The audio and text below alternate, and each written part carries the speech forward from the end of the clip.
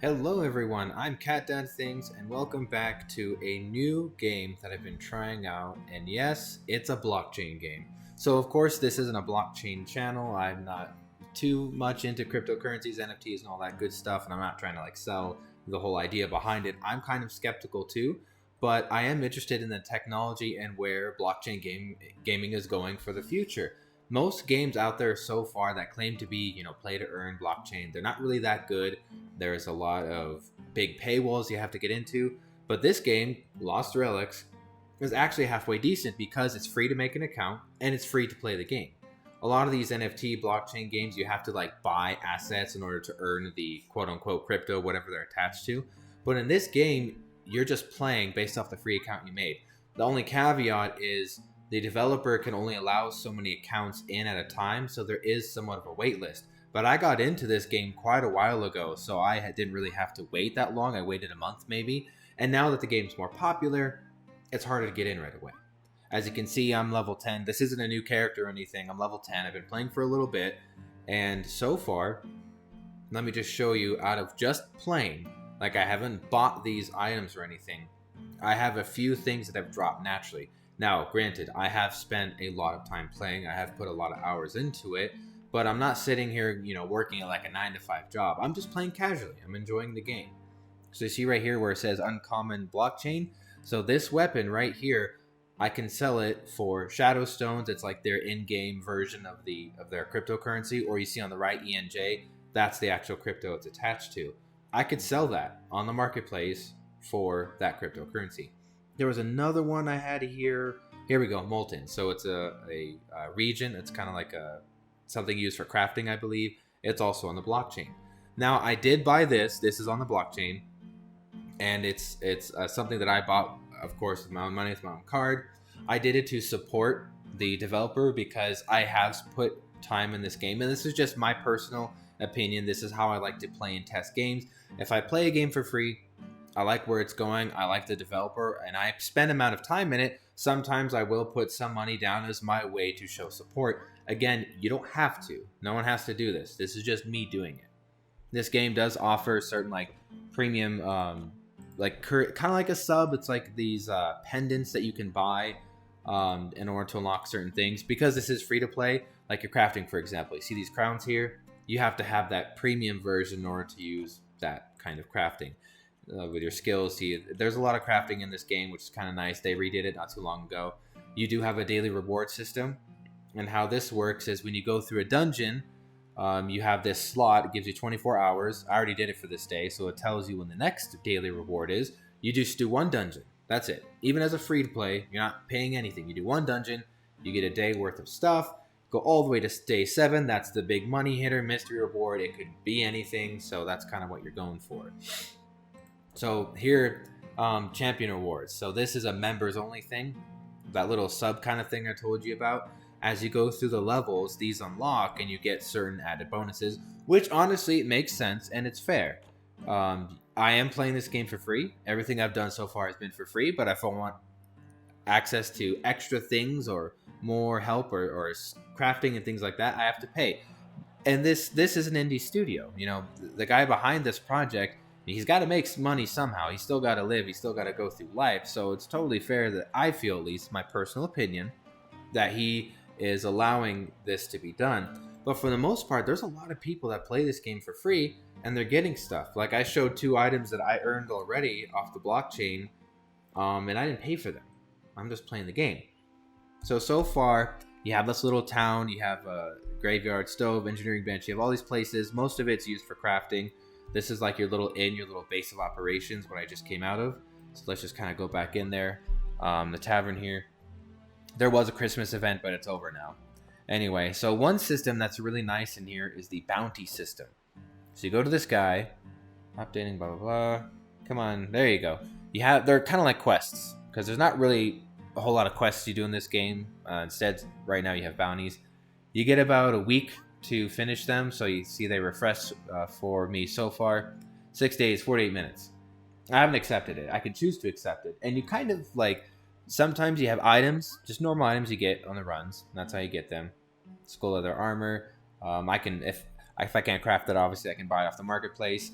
But then you have little requirements: chop 40 trees, kill 37 hood goblins. Then you get your different rewards. You get bounty tickets, you get XP for whatever the gathering is a lot of the time. And here's the big money: the bounty chests. You have bronze, another bronze, silver, and you go all the way up to gold.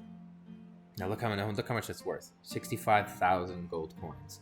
The reason being, you can get blockchain items out of these chests. It's like an accessible way to get them. I've gotten the axe that I showed earlier, I got just from going through the dungeon. But the molten reagent, whatever that vial thing is, I got from one of these chests. And it's totally random. Sometimes you'll get just virtual things, but it's a chance. It's an opportunity for you to get the blockchain item, which I think is a really great system. So you get these little bounty bucks when you go through, so you get the reward. And also there's a time bonus on it too, but 500, 500, and they go up as they go up in intensity. Oh, look, see, there's the molten reagent I had. So see, there's some use for it.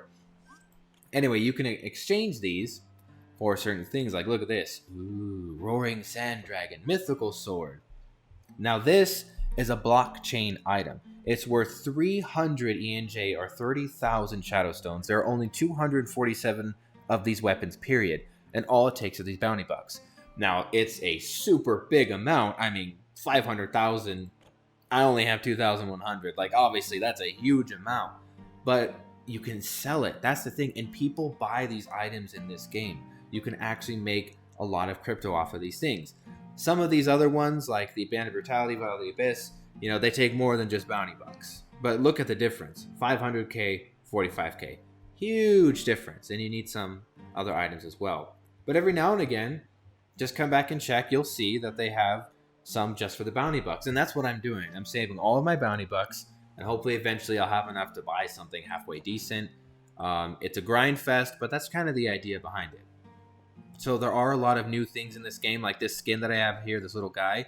It did look different not too long ago. And that's one of my favorite parts about this game, is that the developer, the guy behind it, is passionate about this game. He wants to make it real. He wants to make it legit, just from a gaming standpoint, because he's always communicating with us on the Discord. He's putting out updates. He has this Discord mod that's on there every single day, answering everyone's questions. Like, they actually care about this project. I don't think it's a scam, personally. I mean, because again, I'm playing the game, and I didn't have to drop money to get in here. I dropped because I wanted to, and it was only like 20 bucks. Like, it wasn't that big of a deal. But you don't have to drop money on this game. You could just, if you get in the wait list, because the wait list is kind of large, if you get in, you can play and just do it however you want. There are some different mechanics and things also. I might cover them in a different video. But I wanted to just show off this game as kind of like a series, because I'm not completely sold on blockchain gaming yet. I have my reservations like a lot of people do. But I do want to give it a good solid try. So here are the dungeons. You can see the swords represent the difficulty. They kind of tell you what gathering materials you can get in there. They also give you a rundown on the monsters that you fight. So you're not going in blindfolded. Like, look at these. Woo! But these are the hard dungeons, obviously, for a reason. But you get some nice resources. They tell you the restrictions on what you can bring in, the kind of items you can bring in, and then your potential rewards. Look at that. Boom. But these are the end level dungeons for a reason, right? See, there's the power pendant. Some of these are locked by that. Like, you see the crown, that means you can't play it unless you have that power pendant, which is the membership. But there's still a good amount of free dungeons. Like, your first 4 here, free. You know, you don't have to pay for them. You go down a little bit, there's another one, there's some vaults. And then I think the highest rated one that you can do is the Melith Forest. I think that's the best one you can get for free. And then the best of the best, you do have to pay. But you still get a good, decent amount. As the rarity restriction, you'll see it change as you go up the list. This means basically this is the kind of items that you're allowed to bring in. So if you're like a super beefcake character with like transcendent gear, weapons, and you're just impossible to kill for these lower levels, you can't actually bring that gear in there, so that you don't just steamroll through it within seconds. And the game mechanically restricts you that way. But like Arcane Pits, Ashwood, you can see the rarity restriction, what you can bring in, and here's your potential all the way up to Epic. I like to grind Forgotten Chambers and Ashwoods because they're kind of faster. I can get them done in a relative amount of time. I can bring in, basically my common gear, but I have access to potentially get an uncommon or rare drops, which is nice. But because I'm not a member, I can only carry one blockchain item. I don't have any that I use for these adventures, so I just basically, I'll bust these two out and just go with it. But again, this game I really like because it's chill, and it's not like all those projects where it's like, here's our crypto, and we have a bunch of promises, or we have an idea of a game, and we have a Discord, come talk to our people. This is an actual functioning game. I mean, look at this. I can actually do things. I can go in the dungeon. I can just pop on some music, maybe some YouTube videos of some of the creators I like to watch, and just kind of brain dead, mindlessly grind this out. And if I get a great item, great. If I don't, well, I'm still enjoying myself. I'm playing a game that I like. I'm part of this project that this guy is very passionate about. And I'm watching my YouTube videos.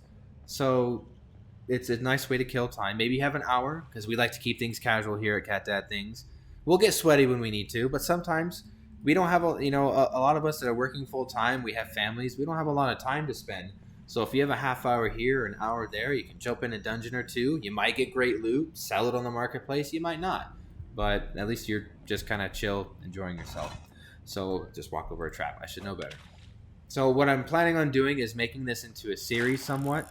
Like every once in a while, I'll do an update on the items that I've gained while I have dived into these dungeons and see if I've actually gotten anything worth any legitimate crypto value. And you guys can just kind of peek in and see my progress here and there.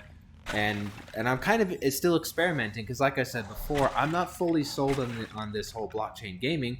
But this game is for free, so I have it downloaded. I got in from the wait list. Why not give it a chance, right? So if you guys want to join this with me, enjoy this segment, please let me know in the comments if you like it. Like the video if you liked it. Don't forget to subscribe to see more content. I'm also not going to stop doing the other stuff. Like, I'm still going to post for Albion Online, Guild Wars 2. But I have some other things that I have in the works that I'd just like to put out there and see what you guys think. Some games and other projects that I'm passionate about that I really enjoy. So again, if you like it, feel free to let me know in the comments, and I'll see you guys around in the next one. Bye-bye.